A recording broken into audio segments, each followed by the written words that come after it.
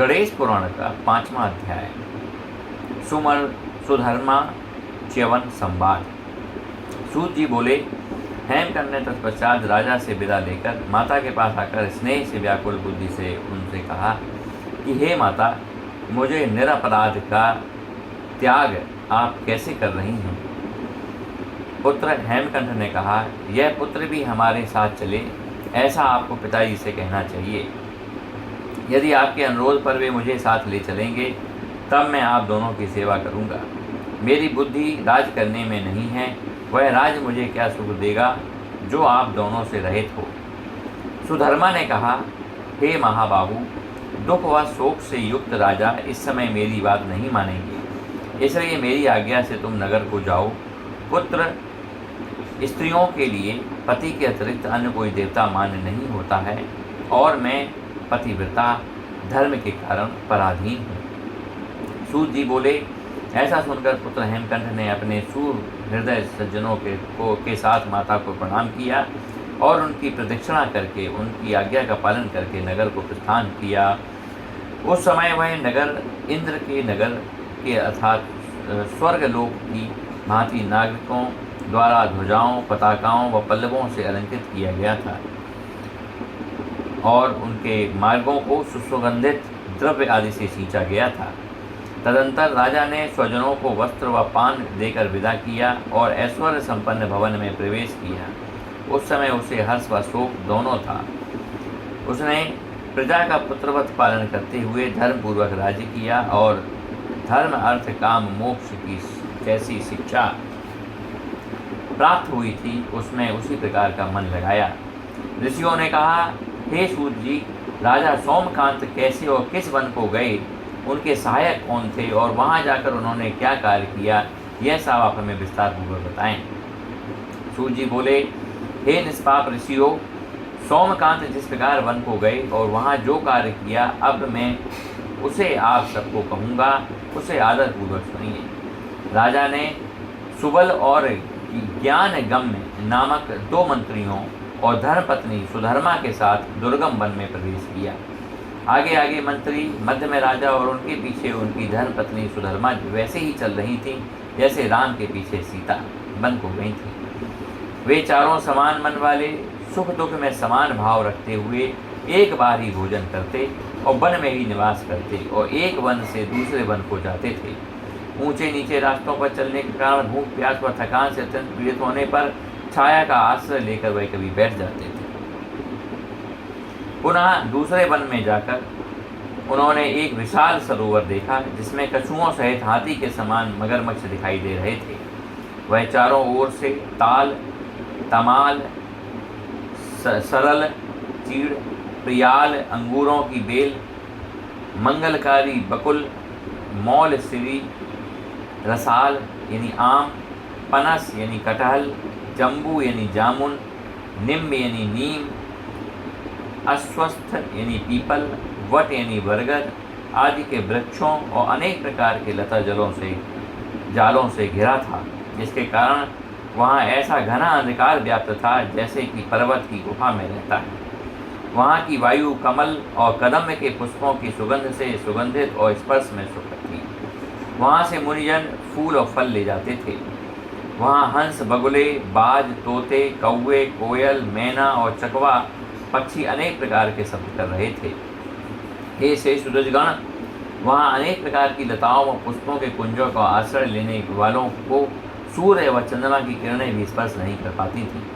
वहाँ भूख, प्यास व मृत्यु का भय वैसे ही नहीं था जैसे पुण्यात्माओं को स्वर्ग में नहीं रहता। वहाँ जाकर उन सब ने श्रमापहारी शीतल जल का पालन किया और स्नान व नृत्य क्रिया करके फलाहार किया। तदंतर राजा कोमल बालू का मय तट प्रदेश में सो गए और उनकी पत्नी सुधर्मा उनके पैर दबाने लगी। राजा का अभिप्राय समझकर दोनों मंत्री कंदमूल, फल व कमल नाल लाने चले गए। तब वहाँ सुधर्मा ने एक अद्भुत बालक को देखा जो अपनी कांति से दैदीप्यमान हो रहा था। उस समय सुधर्मा ने उस उत्कृष्ट रूप वाले बालक को देखकर यही माना कि कामदेव ही इस बालक के रूप में उत्पन्न हुए हैं।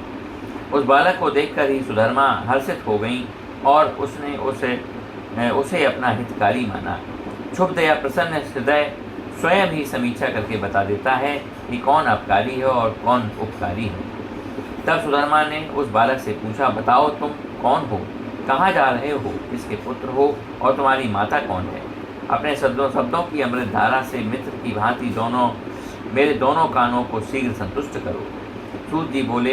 ऐसा पूछने पर बालक ने राजपुत्री सुधर्मा को अमृतमयी वाणी में उत्तर देते हुए कहा कि हे भामिनी, महर्षि भृगु मेरे पिता हैं और पुलोमा मेरी माता है। जल लेने की इच्छा से मैं अपने घर से यहाँ आया हूँ। हे सुबह, मेरा नाम च्यवन है और मैं पिता का आज्ञाकारी हूँ। तुम कौन हो, ये तुम्हारे कौन हैं तथा इस वन में क्यों आए हो। इनके अंगों से वर्षा काल के पर्वत की भांति स्राव क्यों हो रहा है।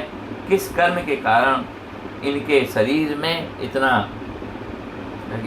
से इतनी तुम अत्यंत सुंदरी से इतनी दुर्गंध आ रही है, यह बतलाओ। तुम स्वयं अत्यंत सुंदरी, सुकुमारी व सुंदर नेत्र वाली होकर भी कीड़ों से भरे शरीर वाले इनकी सेवा कैसे करती हो। तुम सुंदर व प्रसन्न मुख वाली तथा समस्त अंगों से सुंदर व शोभनीय हो। क्या तुम्हारे पिता सुहृदजन भाइयों व पुरोहित आदि द्विजों को विवाह से पूर्व यह ज्ञात नहीं था कि वह कुष्ठ रोग से पीड़ित है और कृमियों से आक्रांत है। अपने आप ने कैसे इनका वर्ण कर लिया और इस दुर्गम वन को चली आई। सूत जी बोले। उस बुद्धिमान मुनि पुत्र के द्वारा इस प्रकार पूछे जाने पर शोक व हर्ष से युक्त उस सुधर्मा ने संपूर्ण वृतांत उससे कह सुनाया।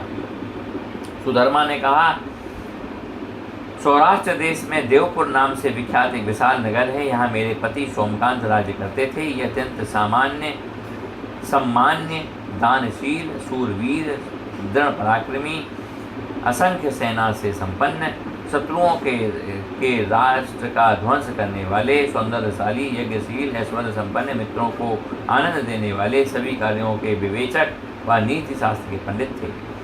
हे द्विजश्रेष्ठ, राजा के काल तक अपने राज्य का भोग किया, परंतु पूर्व जन्मों के कर्म विपाक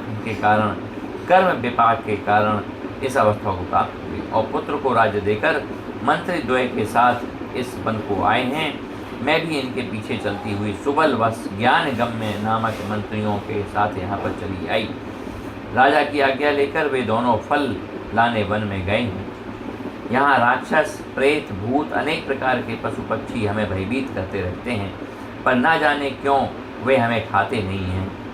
ना जाने वे आगे दुख भोगने के लिए ही हमें बनाए रखेंगे। मैं अपने पाप कर्म जनित दुखों का अंत नहीं देख पा रही हूँ। द्विजों से घिरे इन राजा की पूर्व काल में कड़वे, तीखे, खट्टे, नमकीन, मीठे, स्निग्ध व्यंजनों में वैसी रुचि नहीं होती थी जैसे कि इस समय कंद मूल और कसैले खट्टे फलों में होती है। दरिद्रों का आहार बहुत अधिक होता है और उनके द्वारा खाया हुआ भोजन पच भी जाता है, जबकि श्री संपन्न ऐश्वर्यवान लोगों की शक्ति उतना भोजन करने और उसे पचाने की नहीं होती है। जो राजा कोमल, दिव्य, मनोरम शैया पर ये शयन करता था, समय विपरीत होने पर देखिए कि वह आज यहाँ वहाँ कहीं भी सो जाता है।